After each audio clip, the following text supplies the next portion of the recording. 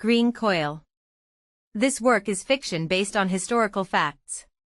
Chapter 1, The Sterile Room. The sky over Nuuk was violently blue, and utterly empty. Paved roads maintained by generous subsidies from Denmark, colorful Nordic-style houses. Malik, a museum curator, had taken pride in this successful modernization, at least, until yesterday. Walking beside him was Saldana, a woman from the Sakha Republic, Russia. They stood before the statue of Han Zajid, overlooking the harbor.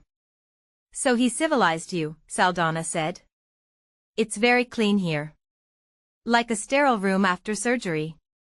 Chapter 2, The Third Invader and the Yellow Icicles. That winter, the world's balance collapsed. America's move to purchase Greenland had surfaced, and U.S. forces were already reinforcing existing bases, such as Thule Air Base, and rushing to build additional logistics points. In response, Russia secretly launched Operation Whiteland. The operations core was not flashy confrontation, but covert, sustained warfare leveraging the extreme cold to maximum effect. Russia deployed elite units from the Sakha Republic, Yakutia, hardened by Siberian winters. Their mission, to systematically disrupt and sever U.S. supply lines, sea and air routes, starving the enemy of logistics. While U.S. forces depended on modern heating and transport systems, Sakha troops excelled in cold resistance, capable of long-term infiltration and operations in temperatures below -50 degrees Celsius. They landed via small submarines and fishing vessels disguised as civilian craft, then vanished into snowfields and deep glaciers. They launched guerrilla attacks on U.S. supply trucks and fuel depots, gradually encircling the bases with cold itself. The ultimate goal, force the Americans to withdraw of their own accord, using cold as a weapon to secure occupation. But amid this chaos, another force set foot on this land of ice. The People's Republic of China. Styling itself a near-Arctic nation, China, as if dreaming of the Mongol Empire's territory, sought to establish control through this opportunity. They deployed thousands of undercover soldiers, troops disguised as civilians. They shared Mongoloid features with the Inuit, and dressed in local cold-weather gear, they were visually indistinguishable. They infiltrated via fishing boats and cargo ships, beginning covert operations like the Sakha forces. But they had a critical deficiency: respect for the cold. They fundamentally lacked the culture and knowledge needed to survive in the extreme Arctic. One freezing night, Malik and Saldana witnessed a strange scene from the shadows. The Chinese undercover soldiers, faced with inadequate toilet facilities and following their rural habits, attempted to relieve themselves outdoors. For them, this was a familiar act. But this was the far north, where -50 degrees Celsius blizzards raged. Near the inland ice sheet, wind sliced through skin, and moisture meant instant death. Tragedy, or comedy, struck in an instant. The moment they lowered their insulated trousers and exposed their skin to the air, merciless cold assaulted wet mucous membranes. Men attempting to urinate had their urethras freeze instantly, liquid and all, before release. Those attempting defecation found moisture fatal. Their anuses, exposed and open, suffered cell-death-level frostbite. Jayawa. Wild screams were swallowed by wind. Critical organs in their exposed lower bodies froze solid, rapidly draining body heat. They collapsed into shock, falling one after another into the snow. Survivors, unable to move from frostbite pain and shock, abandoned any thought of their mission. The next morning, Danish and Russian, Sakha, forces discovered hundreds of frozen corpses, Inuit-looking men with their trousers down, rigid as ice.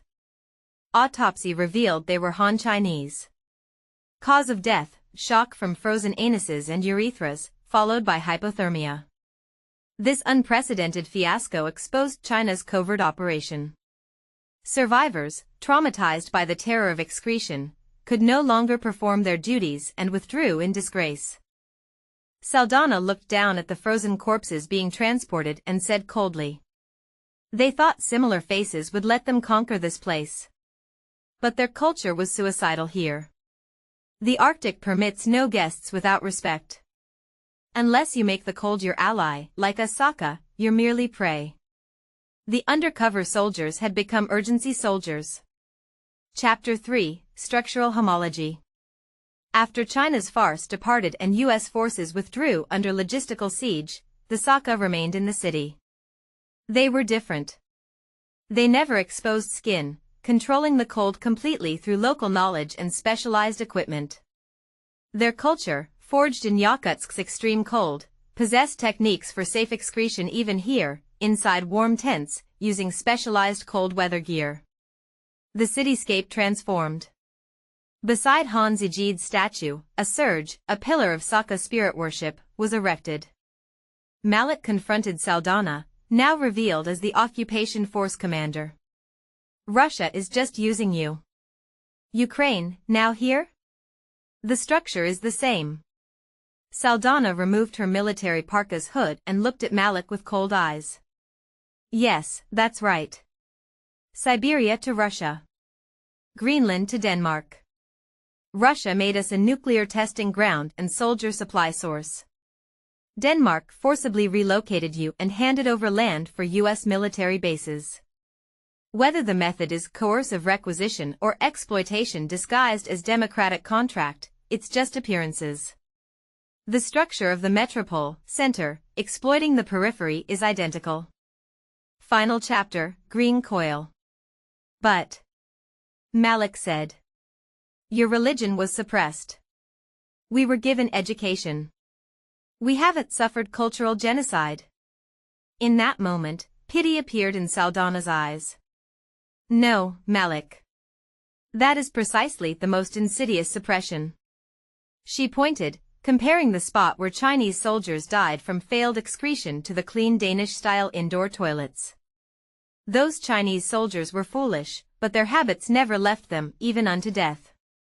Russia's method was violent. Your culture is forbidden.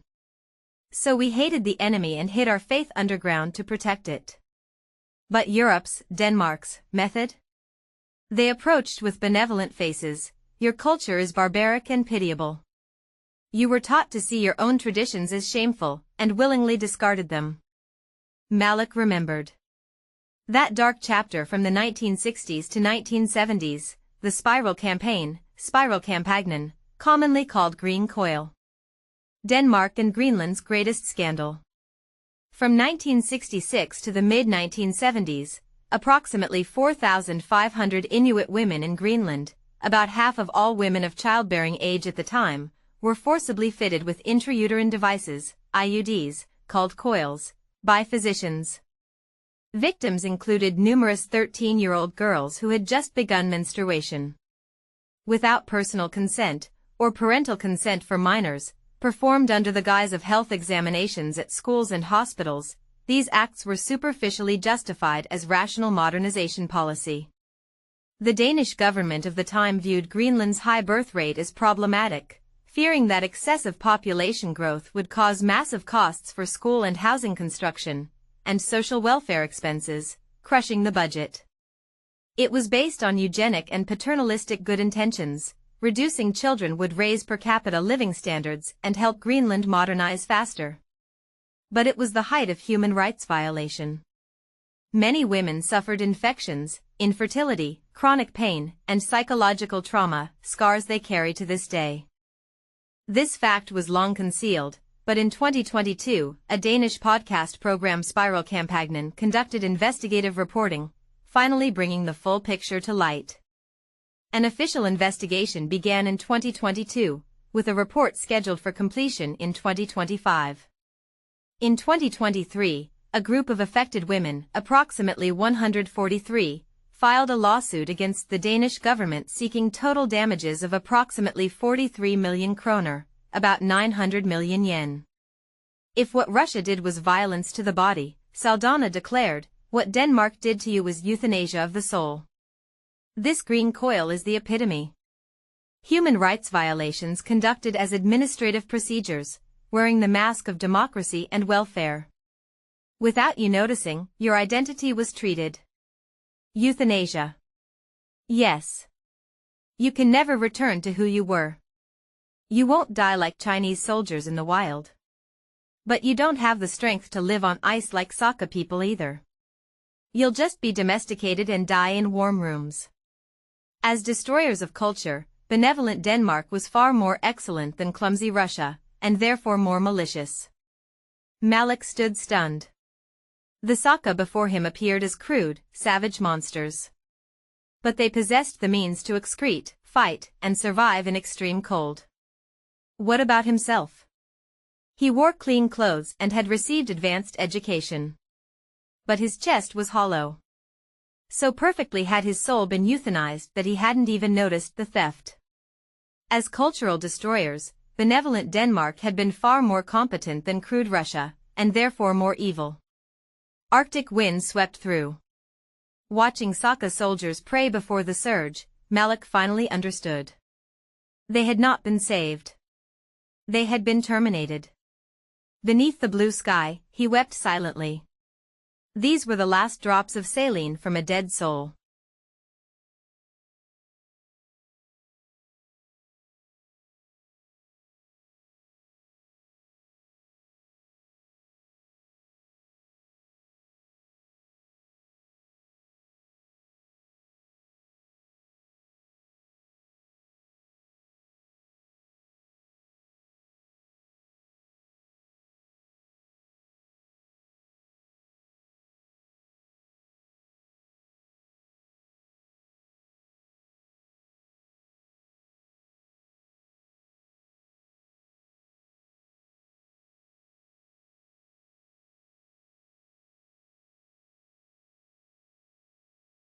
So today, we're diving into a really powerful story. It's fiction, but it's built on some truly shocking historical facts. We're setting our scene in Greenland, this vast, icy, and incredibly strategic landscape where superpowers are colliding, and a hidden history is about to be dragged into the light. It's very clean here, like a sterile room after surgery. You know, this is one of the first things a visitor says when they get to Nuke Greenland. And that line, it's just so striking. It really makes you stop and think, right? Is this clean, modern look a sign of progress? Or is it something more sanitized? Kind of like something essential, something alive, has been surgically removed. It just perfectly sets the stage for a story that's all about peeling back a pretty surface to find a very disturbing truth underneath. All right, here's our game plan. We're going to start with a high-stakes scramble for the Arctic. Then we'll witness a military failure that is just bizarre. And from there, we're going to peel back the layers to uncover a deeply unsettling real-world history and its profound, frankly soul-shattering conclusion. So, the story kicks off as the world's geopolitical balance just completely collapses. The United States makes a very public move to buy Greenland. And just like that, the quiet Arctic is transformed into a new conflict zone, a prize of ice that all the world's great powers suddenly want a piece of. And it's not just the US who's interested. This crisis pulls in 3 major powers, and each one has a completely different idea, a totally different philosophy on how you seize control of a place this frozen and this strategic. What's so fascinating here is you see this total clash of military doctrines. You've got America, which is all about brute force. Just reinforce the bases you already have. Then you have Russia, deploying these elite Saka troops, who are masters of the cold, and their plan is to wage a covert war, literally weaponizing the environment to cut off supply lines. And then there's China, with maybe the most audacious plan: infiltrate thousands of soldiers and have them just blend in with the native Inuit population. Okay, and this is where things get, well, honestly, kind of wild. China's entire elaborate mission completely unravels. Not because of guns or bombs, but because of one single critical flaw: a complete and total lack of respect for the Arctic. See, they had this one huge fatal assumption. They thought that because they shared similar facial features with the Inuit, they could just blend in. Easy. But here's the thing. While their faces might have looked the part, their culture, their day-to-day habits were dangerously, suicidally incompatible with the extreme cold. And the result? Well, it was instant. And it was absolutely catastrophic. The second they exposed their skin to that -50-degree blizzard, the cold just attacked. It's a tragically absurd image, isn't it? A whole military operation defeated not by bullets, but by the basic, unforgiving laws of physics. So yeah, this wasn't just some small tactical error. It was a complete and utter fiasco. Finding hundreds of frozen soldiers, literally with their trousers down, exposed the entire covert operation to the world. The survivors were so psychologically scarred by the sheer terror of a simple bodily function that the whole mission was just abandoned in disgrace. And this is where the Saka commander Saldana just nails it. She points out that the Chinese soldiers thought looking similar was enough, but their culture was a death sentence in this environment. The lesson is just so powerful. To survive here, you need deep cultural adaptation. You can't just fake it. Force isn't enough. All right, so let's shift gears a bit, because this is where the story pivots from just a military thriller to something much, much deeper. We're getting into a sharp philosophical debate about what colonialism and oppression really are. Okay, so take a look at this. This is the central argument laid out by Saldana, the Russian commander. She says, look, what Russia did to my people, the Sakha, and what Denmark did to the Inuit, they're structurally the same thing. Russia used overt violence, what she calls coercive requisition. Denmark, on the other hand, used legal agreements, exploitation as a democratic contract. One is a fist, the other's a piece of paper, but she argues they both serve the exact same master. And this, right here, is the gut punch. Saldana argues that Denmark's nice guy approach was actually way more destructive. See, Russia's open brutality gave the Sakha an enemy to hate, a reason to fight back and protect their culture. But Denmark? They came with a smile, teaching the Inuit that their own traditions were barbaric, pitiable, convincing them to throw away their own culture willingly, to be ashamed of it. And just when you think this is a clever, fictional argument, boom, it turns out to be terrifyingly real. The story's entire point is anchored in a true, deeply disturbing historical event that was covered up for decades, the Spiralkampagnen, better known as the Green Coil. So what was this thing? Well, from the 1960s into the 70s, the Danish government ran this program. Under the guise of routine health exams, doctors fitted thousands of Inuit women and girls with IUDs, contraceptive coils. Often, the women had no idea, they didn't consent, and the justification? It was a rational modernization policy to control Greenland's birth rate, sold as something for their own good, to raise their standard of living. The scale of this it's just staggering. We're talking 4,500 women and girls. Let that sink in. That was about half of the entire fertile female population of Greenland at the time, and the victims included girls as young as 13. This wasn't an accident. It was a systematic, state-sponsored violation of human rights on a massive scale. In this timeline, it just shows you how long this was buried. The program runs through the 60s and 70s, and then silence. It took until 2022 for a podcast, of all things, to finally bring the whole story out into the open. It's only now, decades later, that victims are suing, and an official report isn't even expected for a couple more years. And it's this horrifying piece of real history that gives the story its final knockout punch. It leads to this absolutely devastating verdict on the two different ways you can destroy a culture. This is the final verdict. Saldana says that what Russia did was violence to the body, obvious, brutal. But what Denmark did with the Green Coil was so much more insidious. It was euthanasia of the soul. It was a human rights violation disguised as a health procedure. It was a way to treat an entire identity out of existence while the victims didn't even know they were under attack. And in that moment, it all clicks for the protagonist, Malik. He realizes that the crude Russian invaders, yeah, they're monsters, but they still have their culture, their will to survive. But him? For all his modern education and comforts, he realizes his soul has been completely hollowed out. His people weren't saved by a benevolent Denmark. They were terminated. Just so efficiently and so cleanly that there wasn't even an enemy left to fight. And that's the question the story leaves us wrestling with. It forces us to look past the methods and really look at the results. Who's the more dangerous oppressor? The one who comes at you with a sword, or the one who comes with a smile, a syringe, and a rational policy that's all for your own good? It's a question that really challenges our whole idea of what it means to help and what it means to harm. Okay, so to start, I want you to picture a specific shade of blue. We're talking about the sky over Nuuk, the capital of Greenland, and it's just violently, almost aggressively blue. Right, like that kind of crisp, painful blue you only get in extreme cold. Exactly. The air is so sharp, it feels like it cuts your lungs when you breathe it in. You're standing there looking around, and everything looks well, perfect. Deceptively perfect. Yeah. You see these colorful Nordic-style houses, reds and yellows, all popping against the snow. There are paved roads, supermarkets full of Danish goods. It looks like a win. It looks like a triumph of civilization over the elements. It looks safe. But it also looks like a very expensive, very well-maintained, sterile environment. Yeah, that is exactly where our source material for today just grabs you by the collar. Right. So we're dropped into a scene with a character named Mullik. He's a museum curator and modern Greenlander. And he's standing in his own city next to this woman, Saldana, who's a Russian soldier from the Sakha Republic. And she looks at this subsidized modern miracle of the city.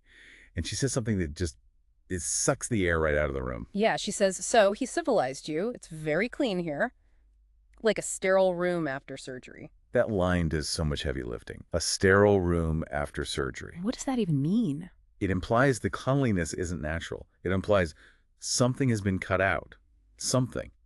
Organic has been removed to make the environment safe. And that is the hook for today's deep dive. We're unpacking a piece of writing called Green Coil. And I have to say, this one is. Yeah.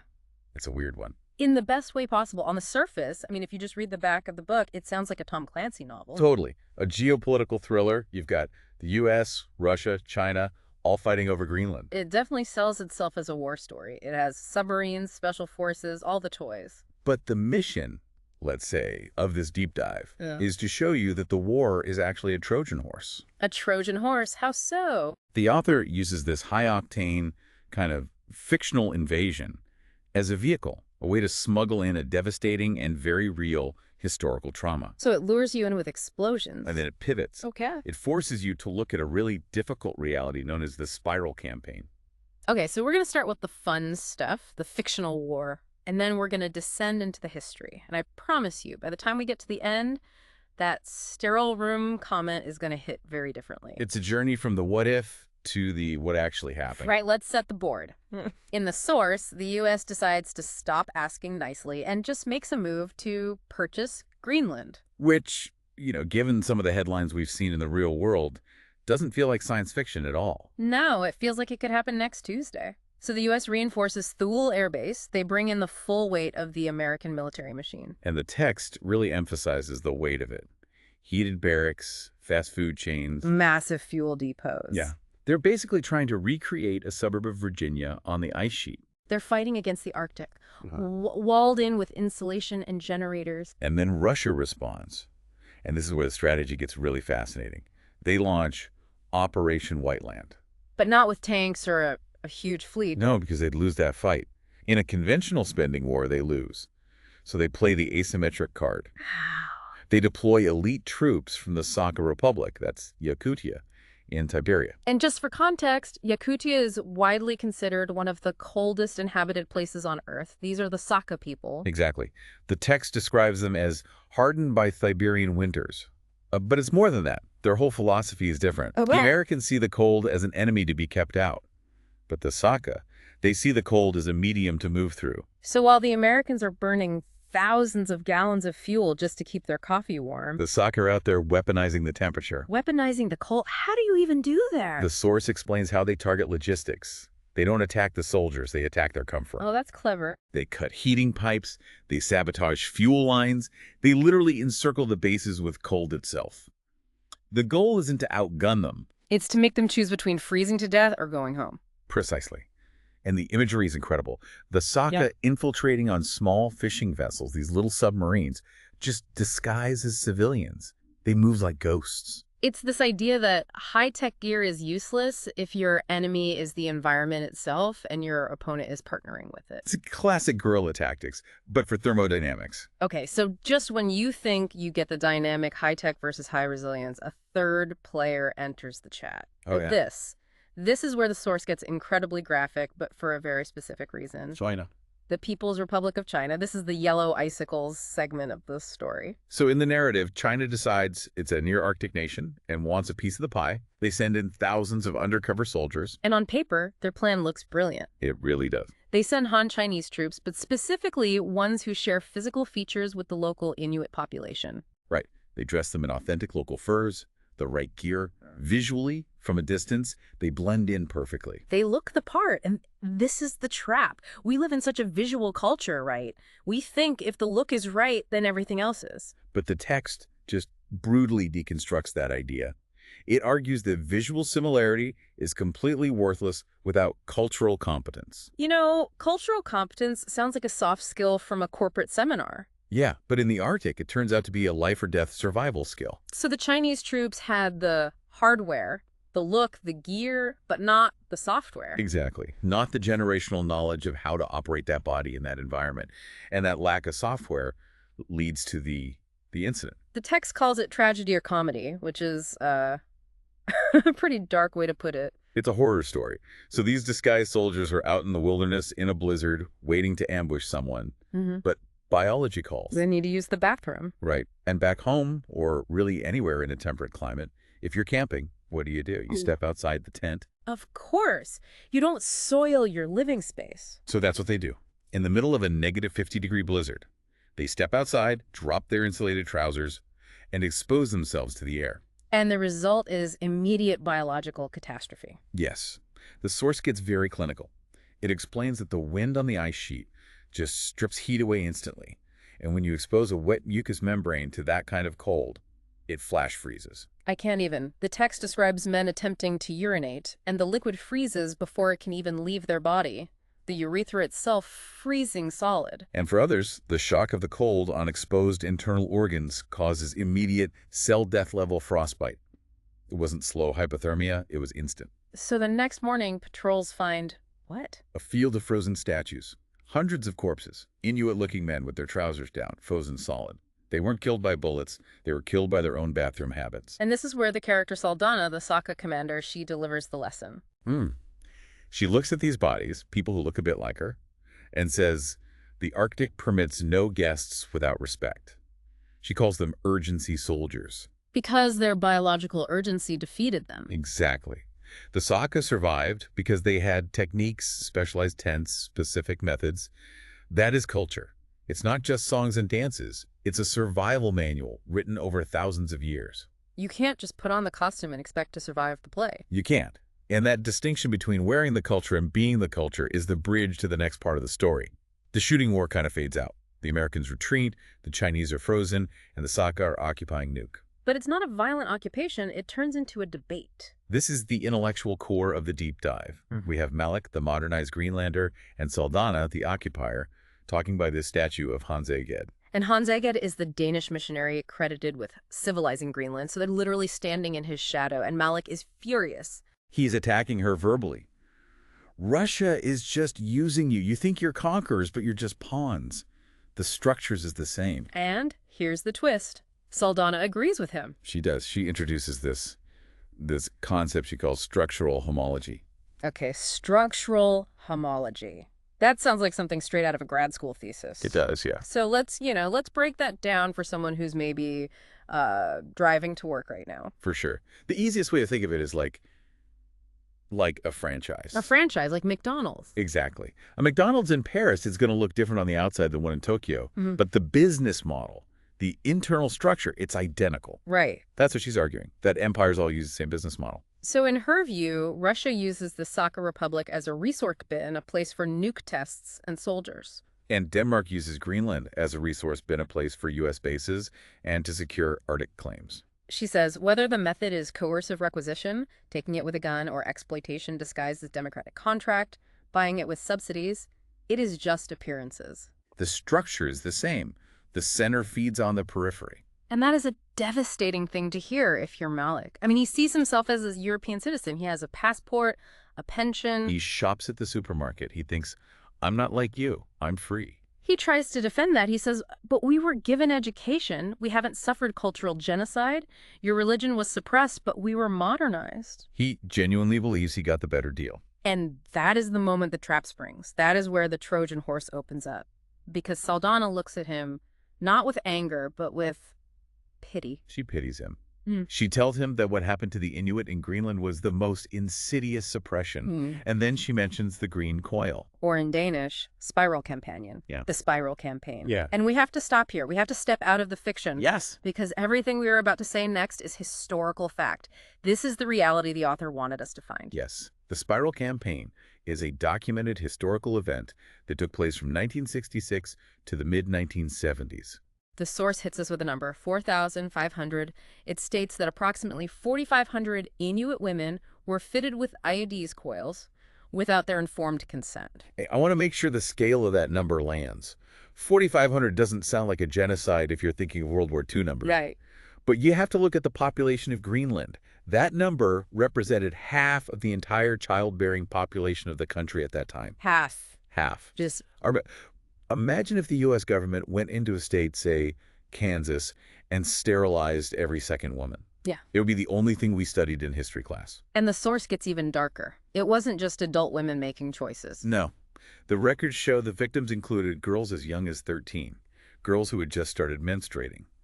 And these procedures were often done during school health exams. That is it's a nightmare scenario. You're a 13-year-old girl. You go to the school nurse. You trust the system. The doctor probably speaks Danish. You might only speak Greenlandic. And you walk out with a metal device implanted in your body that prevents you from having children. And you aren't told. Your parents aren't told. And it was just treated as an administrative procedure. Paperwork. But why? What was the rationale? What possible justification could there be? It wasn't hate. It was economics. And that's what makes it so chilling. Economics. The Danish government saw the high Inuit birth rate as a budget threat. They wanted to modernize Greenland, build those paved roads and nice houses, but they calculated that if the population kept growing naturally, the cost of schools, housing, welfare, it would be too high. So they decided to balance the budget by preventing people from existing. Essentially. They called it modernization. They believed fewer children would mean a higher standard of living for those already there. It was paternalistic. They thought they were being the good guys. Paternalistic good intentions. That's terrifying. It's eugenics with a calculator. And the aftermath, as the source details, wasn't just a lack of children. It was infections, chronic pain, uterine perforations. Women who became permanently infertile. And the psychological trauma for an entire generation realizing their bodies were basically state property. And this wasn't ancient history. This story really broke because of a podcast investigation in 2022. An official report is due in 2025. In 2023, 143 women sued the Danish state. This is a wound that is still bleeding today. And this brings us back to the fiction, to Saldana's final argument, the euthanasia of the soul. This is the philosophical knockout punch. So Saldana argues that the Russian method, outright violence, was actually better for the soul than the Danish method, which that sounds insane at first. It does, until you follow her logic. She says, Russia used violence, they banned the Saka religion, they shot the leaders, but because it was violence, the Saka knew they were under attack. The enemy was clear. It creates resistance. If someone punches you, you put your guard up. Exactly. They hid their culture underground, they protected it. The violence kept their spirit alive because it drew a hard line. That is them. This is us. But Denmark used benevolence. They came with gifts. They said, look at these warm houses, this healthcare. But to have this, you need to stop being savage. You need to stop having so many babies. You need to be like us. Saldana tells Malik, you were taught to see your own traditions as shameful and willingly discarded them. And that is the euthanasia, a painless death, or at least a quiet one. She argues that because the Danish method was wrapped in welfare and democracy, the Inuit didn't realize they were being raised until the job was done. She calls it domestication. She looks at the Chinese soldiers who died because they couldn't survive. Then she points to her own troops, rough, maybe a bit savage, but alive and capable. And then she looks at Malik. Malik, who is safe and warm and has a nice job, but who has been rendered completely unable to survive on the ice. If you turn off the central heating, Malik dies. So she argues that the benevolent destroyer is actually more competent and therefore more evil than the clumsy, violent one. Because the benevolent destroyer makes you complicit in your own end. You sign the contract. You accept the apartment. You let the doctor examine you. And Malik finally realizes he hasn't been saved by modernization. He's been terminated as a distinct entity. He's just a Danish citizen with a different skin tone. The story ends with this incredibly powerful image. They're back at the statue, and Mullick is weeping. But the text describes his tears as saline from a dead soul. He's crying, but he's hollow. And meanwhile, in the middle of this modern, clean square, the Saka soldiers have erected a surge, a traditional wooden spirit pillar, and they're praying. They're feeding a fire. It's the ultimate contrast. The modern man is spiritually dead in a sterile city. The occupied man is praying, connected to his roots, and surviving. It forces you, the reader, to ask a really uncomfortable question. What did we trade for our comfort? We usually assume progress is just a straight line, mud huts to skyscrapers. But this deep dive really complicates that. It suggests that in the rush for the sterile room, for safety, we might be amputating the very things that make us human. And the most tragic part, looking back at the real Spiral campaign, is that for those 4,500 women, it wasn't a trade they chose to make. The decision was made for them, in a boardroom in Copenhagen, by men looking at a spreadsheet. It just makes you wonder, are we actually safer in the sterile room? Or have we just been rendered unable to survive outside of it? That is the question. And Green Coil suggests that once you lose that cultural software, you can't just buy it back at the store. A heavy one today, but an important one. This text uses a made-up war to shine a light on a real war that happened inside the bodies of thousands of women. It's a reminder to look past the clean surfaces. Sometimes the most dangerous things aren't the soldiers in the snow, but the signatures on the paperwork. That's all for this deep dive. Stay warm and keep your eyes open. Stay curious.